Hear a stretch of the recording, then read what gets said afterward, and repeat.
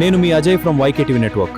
ప్రజల మనసుల్లో మిగిలిపోయిన ఎన్నో ప్రశ్నలని ప్రతిరోజు మీ తరపున అడగటమే నా duty. Reporting from 4th July. మీ మనసులోని ప్రశ్న నాకు వాట్సాప్లో షేర్ చేయండి. నా మొబైల్ నెంబర్ 9281621164. Signing off. నేను మీ అజయ్. ప్రతి ఒక్కరూ ఒక మొక్క నాటాలని పెనమలూరు ఎమ్మెల్యే బోడే ప్రసాద్ పిలుపునిచ్చారు. కృష్ణా జిల్లా గంగూరు గ్రామంలో వికసిత భారత్ కార్యక్రమంలో భాగంగా మొక్కల నాటే కార్యక్రమానికి ఎమ్మెల్యే బోడే ప్రసాద్ శ్రీకారం చుట్టారు. ఎనర్జీస్ నిధులు అత్యధికంగా వినియోగించుకుంటున్న రాష్ట్రం ఆంధ్రప్రదేశ్ అని తెలిపారు. ప్రతి ఒక్కరూ బాధ్యతగా మొక్కలు నాటాలని, గ్రీన్ ఎనర్జీ ద్వారా కాలుష్యాన్ని నివారించాలని కోరారు.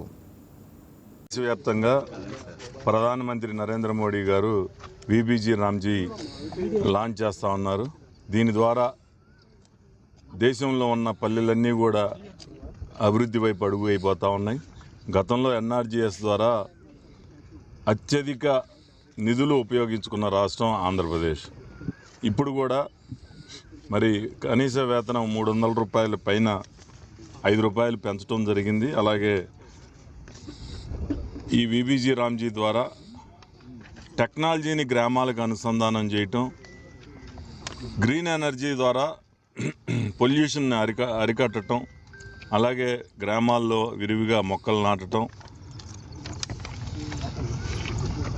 అన్ని రకాలుగా కూడా దేశం అభివృద్ధి పదంలోకి నడవటానికి ఈ వికసిత్ భారత్ కార్యక్రమం ఉపయోగపడుతుంది.